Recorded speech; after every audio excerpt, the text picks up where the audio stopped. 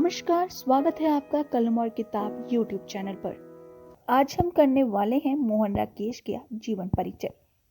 मोहन राकेश हिंदी साहित्य के आधुनिक युग के प्रमुख नाटककार, कथाकार और उपन्यासकार थे। उन्होंने हिंदी नाटक को नई दिशा दी और उसे पारंपरिक ढांचे से निकालकर आधुनिक संवेदना से जोड़ा। उनका लेखन व्यक्तित्व की आकृति, पीड़ा, अकेलापन, संबंधों का तनाव और आधुनिक जीवन की जटिलता को गहराई से प्रस्तुत करता है। मोहन राकेश का जन्म 8 जनवरी 1925 को अमृतसर, पंजाब में हुआ था। उनका मूल नाम मोहनलाल था। प्रारंभिक शिक्षा अमृतसर से हुई। आगे चलकर उन्होंने पंजाब विश्वविद्यालय से हिंदी और अंग्रेजी साहित्य में उच्च शिक्षा प्राप्त की थी। विद्यार्थी जीवन से ही उनका झुकाव साहित्य की ओर हो गया था। मोहन राकेश ने अपने साहित्यिक जीवन की शुरुआत कविता और कहानी लेखन से की, लेकिन उन्हें वास्तविक पहचान नाटककार के रूप में मिली। वह हिंदी के आधुनिक नाटक आंदोलन के प्रमुख स्तंभ माने जाते हैं।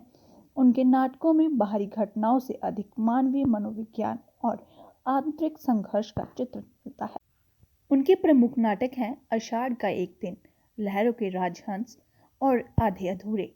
आषाढ़ का एक दिन को हिंदी का पहला आधुनिक नाटक माना जाता है। आधे अधूरे में आधुनिक परिवार की टूटन और संबंधों की कड़वाहट को अत्यंत प्रभावशाली ढंग से प्रस्तुत किया गया है। कहानी और उपन्यास के क्षेत्र में भी मोहन राकेश का योगदान महत्वपूर्ण है। उसके प्रसिद्ध उपन्यास हैं अंधेरे बंद कमरे और ना आने वाला कल। उनकी कहानियों में मध्यवर्गीय जीवन की कुंठा, अकेलापन और असंतोष स्पष्ट रूप से दिखाई देता है। मोहन राकेश का व्यक्तित्व जीवन संघर्षपूर्ण रहा। मानसिक तनाव और पारिवारिक उलझनों का प्रभाव उनके लेखन में भी दिखाई देता है। वह जीवन भर संवेदनशील रहे और वही संवेदनशीलता उनकी रचनाओं की आत्मा है। उनका निधन 3 जनवरी 1972 को नई दिल्ली में हुआ।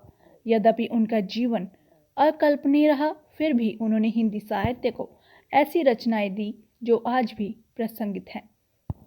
आखिर में हम ये कह सकते हैं कि मोहन राकेश हिंदी साहित्य के ऐसे रचनाकार थे जिन्होंने आधुनिक मानव की मानसिकता स्थिति को गहराई से समझा और उसे साक्षात अभिव्यक्ति दी। वह हिंदी के आधुनिक नाटक के शिल्पकार माने जाते हैं और उनका योगदान सदैव स्मरणीय रहेगा।